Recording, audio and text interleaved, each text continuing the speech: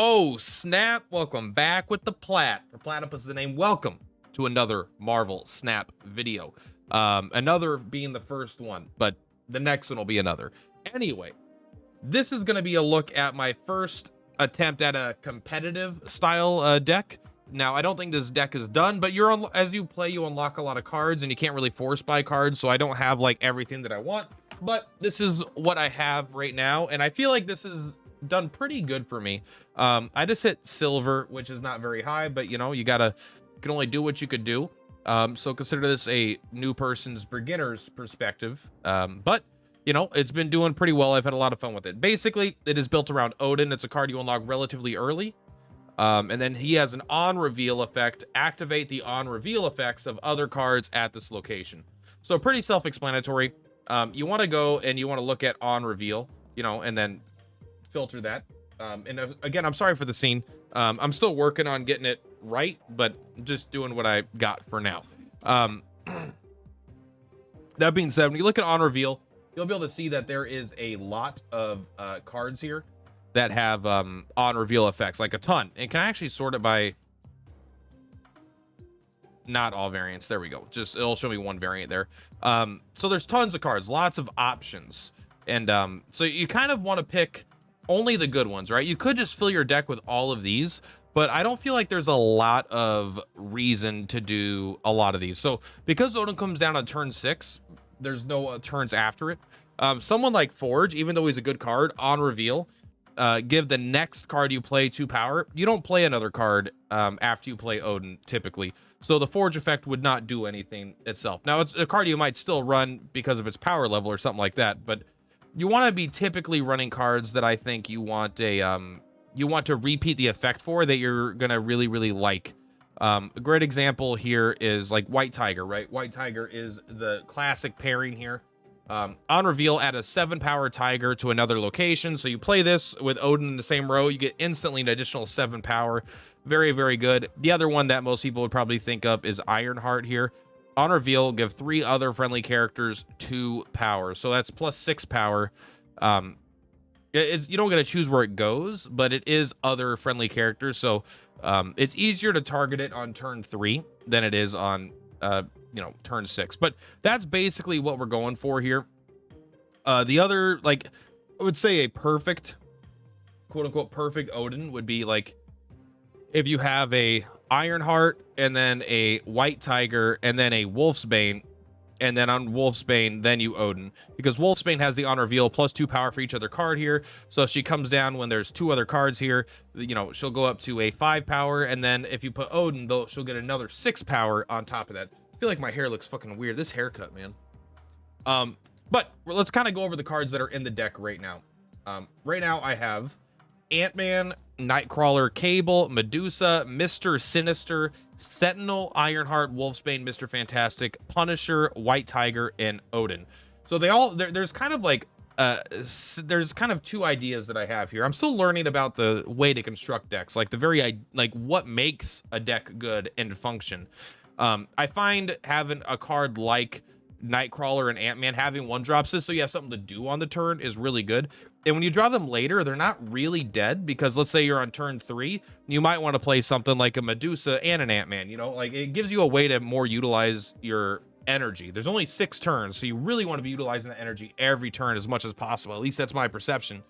And so we're trying to like not stack too heavy on the top end, right? Like we don't need multiple 6 energy cards, at least in this deck, because we can only play one of them in the game. You might want to have a second one, and that way you're more likely to draw at least one of them, because we're not guaranteed to get Odin.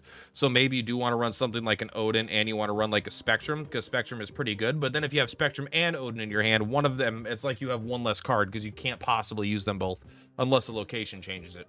And that's kind of where I'm at 5 as well. Like I don't need a bunch of 5 mana cards, because there's typically only one card I want to be playing on 5, and that's White Tiger. Now that might change with something like Spider-Woman. Afflict all enemy cards with -1 power, which is pretty good, because that gives her an effect of what, like 11 power, which is actually more than White Tiger. And this, I think this could definitely be more powerful than White Tiger, because it's more controlled, but it's a little bit harder to high roll it. and she actually has to go in the lane that you want to win, whereas White Tiger goes in a different lane. You know, there's differences, but I think that they both. I just got Spider-Woman. I haven't had a chance to use her yet, but yeah. So that's kind of like one half of the deck. The other half of the deck is just like things that are pretty good. I have things at certain mana values because like there's not really any ongoing cards at on reveal cards that at 4 mana that are good enough for me to want to use yet. Right. Remove the abilities of all ongoing cards at this location. This could be okay, but I haven't really run into situations where I need this yet. This feels more like a tech card. And Jessica Jones is straight up a negative, even though it is cool. She gets +4 power if you don't play any other cards here. When you have things like White Tiger, and you have like, I don't have tons of things generating things, but White Tiger might just screw this up, right? Because you go 4 cost into 5 cost, and then suddenly Jessica Jones doesn't do anything. So it just felt like a non-bow. So since there wasn't much 4 mana things that I wanted, I decided to run more 2 mana things. That way maybe I could just like double spell, right? When I have 4 energy, I could cast 2 different 2 mana things. Which is why I'm running Sentinel. I think there are probably better 2-drops than Sentinel, but Sentinel is just like, he's nice because he just ensures you got something to do pretty much always, right? Just overall a very solid card. I think that might be kind of beginner bait. I don't know. I'm not sure if he's going to be good later, but I find it easy to weave Sentinels into the game. And you can kind of always rely on having another one in hand. So besides that, we do kind of have a little sub package here of ongoing stuff. We don't have really anything that synergizes it with it that hard, but like I just have basic generic good stuff, right? Mr. Fantastic, which you can't even see.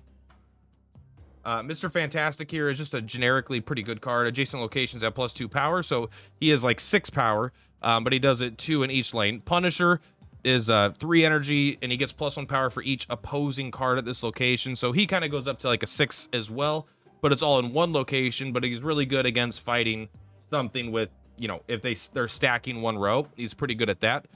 Really good at punishing like 1/1s like Squirrel Girl and things like that, right? Because he just basically cancels them out just by being there. And then outside of that, we kind of have like, I guess it's just kind of generic good stuff. Like Nightcrawler is one of my favorite cards. There's a lot of times you just put them down and then you want to move power around. Like I usually will put them in a row, and then I'm like, all right, we're going to either like, there's a location that's like, oh, if you play a card here, kill something. If you play a card here, blah, blah, blah, but you can move them there. And so it's a way to like get in somewhere and then teleport there. So you can get power on a row, by bypassing the location restriction. Or it's just like, hey, I need extra power on a row, and I don't want to, I'm giving up on the current row that he's in. He can reposition. It gives you something to do on turn 1. He weaves in pretty well later. The ability to move once is much better than I thought. Ant-Man is kind of in a similar thing where I don't know if he's like incredibly good. He has this ongoing ability, but I have found him to be pretty nice with Mr. Sinister, right? Mr. Sinister at 2 gets to play 2 cards.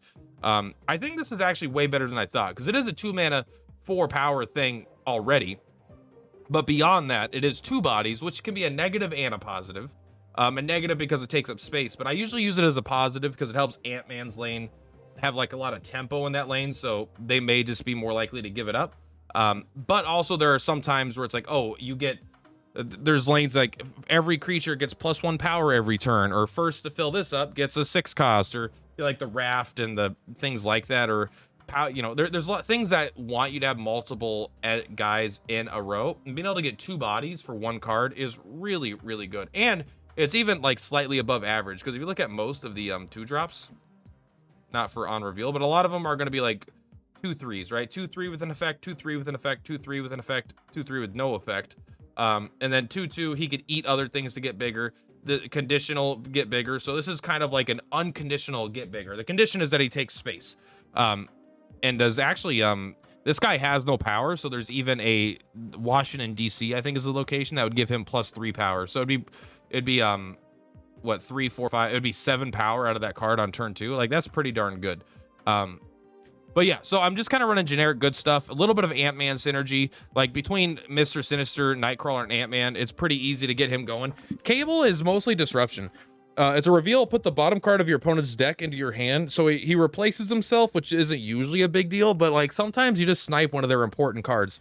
The decks are only 12 cards big, right? 3, 6, 12, yeah. So being able to take one of their cards, it gives you like a 1 in 12 chance of ruining their deck. Like if someone plays Cable against me and they get my Odin, like, I'm not like, it's not like I guarantee lose, but like I'm in a way worse spot because not only do I not have an Odin, but they have an Odin in their hand. So it could be very, very bad. I found Cable to be good at just disrupting, but it's kind of hard to measure exactly how good it is. Because sometimes it just gets a random card that wasn't going to do that much anyway. Like if you pull a Mr. Fantastic, like, is that game changing? Probably not. It's a good card, but like, not insane. But yeah, anyway, we're gonna have some games after this that I was doing on stream today. Me leading up to silver. Overall, my opinions on the game are very positive. The game is a lot more strategic depth than I thought. Like, it's very, very simple on its surface, but there's a lot of like very interesting play.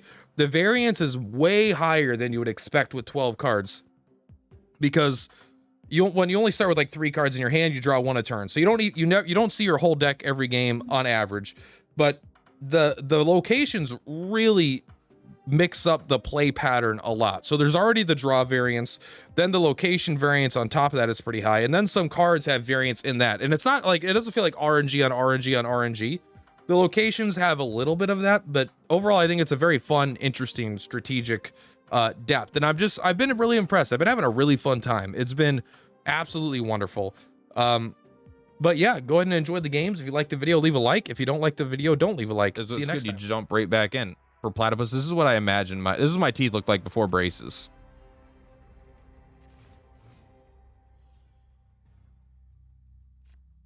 Ongoing effects here are doubled.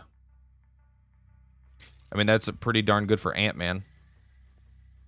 Means Ant-Man should be able to carry this himself. He gets +6 power, so he's a 7 power solo guy. I mean, not solo. We have to put 3 other things in there, but it means it's perfect for like someone like Ironheart. Well, they've got the same idea, I suppose. 9 power monster here for each player. I mean, that's cool. Doesn't really help us, but it doesn't. We're definitely going to try to get this Ant-Man taken care of. We want to put Ironheart here. The issue with Ironheart on turn 3 is that she boosts 3 other friendly characters. And it's really hard to do that on turn 3 without the Mr. Minister. So maybe we do want to take that back. But I've had so much board space issues. But I also haven't had the White Tiger Odin combo. On turn 5, cards cost 1 more. That's not that bad if we make our stuff work. They're going to try to get Ant-Man done here for sure. So this is just a wonderful card. On turn 4, maybe we have too many 3-drops. Maybe we do want to get the Mr. Minister. Like, this whole game would have been way smoother if we would have had the Mr. Sinister, right? We would have had 2 things here. We would have been able to put Wildheart here, boost it all, have just like an instant win there.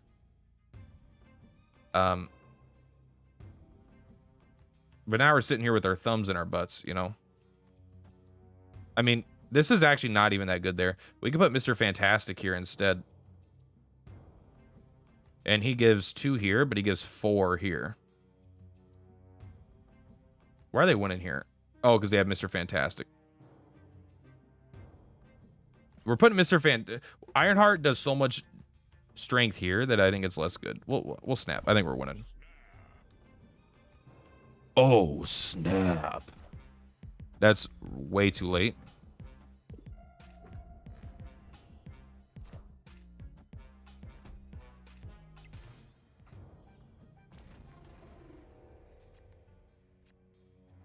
Oh no, we can't play Odin this turn. We're winning this row right here. They're ahead by 1 because they played...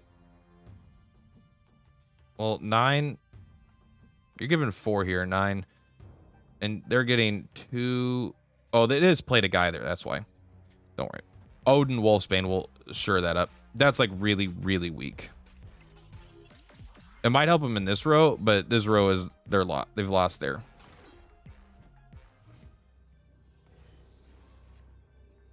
All right, good luck beating Odin. It's really hard to get these cards to work in the right order exactly how you want. Ooh, you know what? I mean, 3 cards, they're all going to be pretty low impact. Bishop sucks. That sucks. They don't suck, but, you know. Cool. All right. I'm down. Goodbye, Dex. Oh, good win, but you drew the one rock. I drew the one rock immediately. It wasn't even a turn down. It was just like, boom, right there. I'm afraid they're going to play Rocket Raccoon there. And so we're going to play around it by playing in the middle.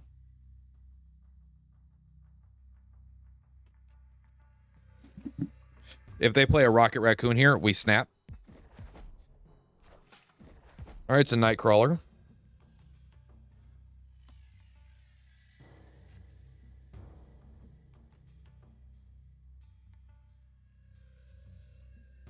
I think, I don't know. Maybe we just give it up on this. I don't think we have a hand that's good for a take in this.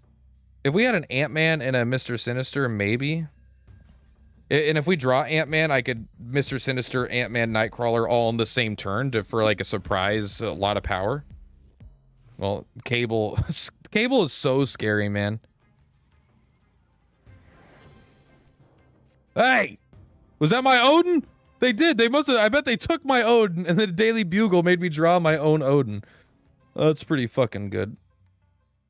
I think we are still gonna wait till maybe next turn where we can Mr. Sinister, Ant-Man, and move Nightcrawler.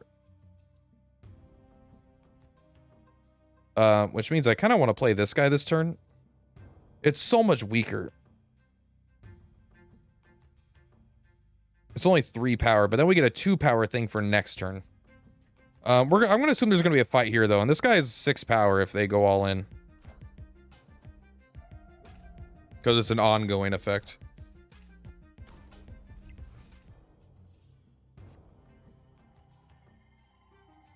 We did not draw the Ant-Man.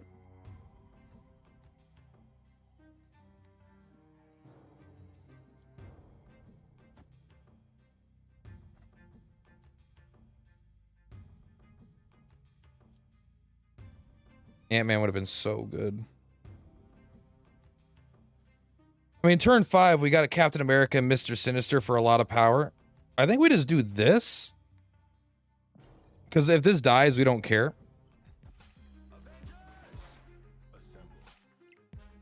All right, we got super punished.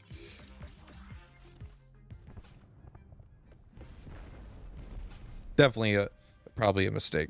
I say definitely. Oh, hey, Ant-Man. Thanks for showing up. Right on time.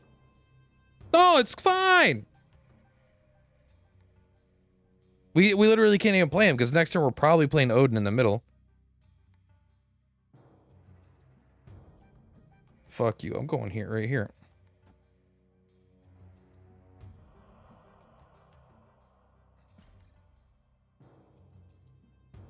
Fuck you, Ant-Man. Just because you're good doesn't mean you're that good, all right?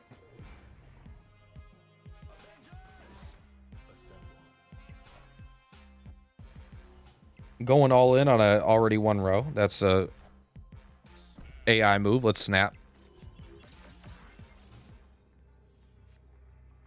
Like they probably don't win here. They could.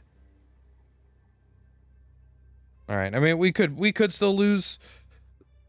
They do need 9 power here, which is not like Hulk does it, right? Like it's not like hard to do, but I'm hoping that they try to go here because they thought it would be easier.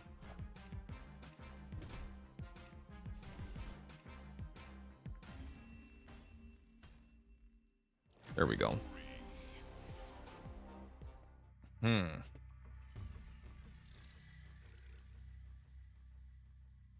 This is like the perfect 1, 2, 3 though, right? Maybe I do 1, 2, 3. They don't get like power over time.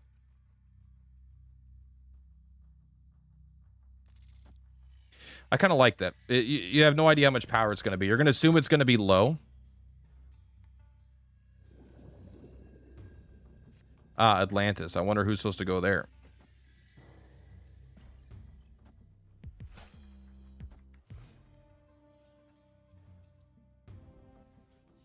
Five energy this turn. That puts us up to 8. So we got to do this. Man, this could be really bad. If this puts a tiger here, we're in trouble. So I really want to put... I think we hold it, actually. I think we waste an energy, but I think we go like this.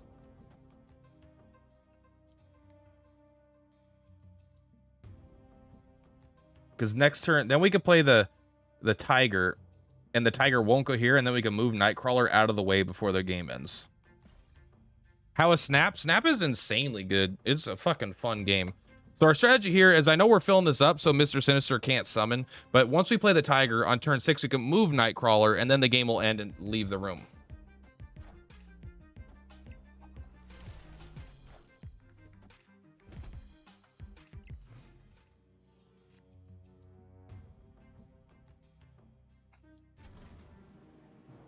Oh my god, we can't move Nightcrawler.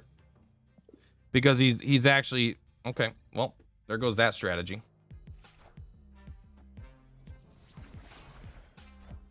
Scarlet Witch seems pretty good.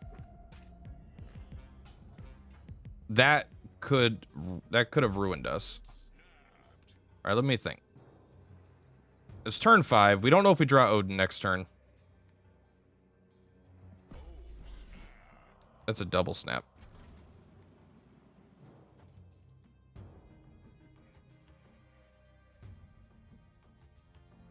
Our cards are stronger than their cards, but if they play a 4th card here, we're in a little bit of trouble. But we're going to get a tiger there for sure.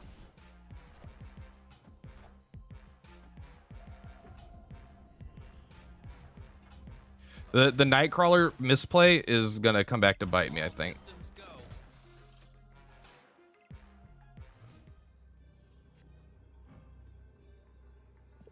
Okay, I was like, where'd all that power come from? So we are winning that row right now. On turn 6, I think we need to do this. I put 7 more power here. We've already given up this row.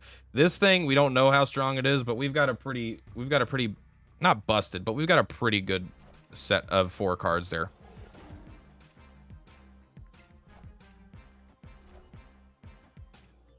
Yeah, location full, I know. Ah, and the order, because they get revealed in the wrong order too. Yeah, it's on me. All right, but their stuff is weak.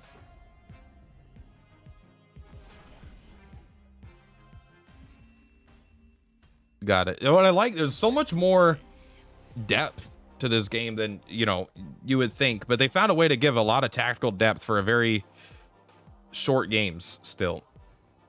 It's just fucking well done. This game is great.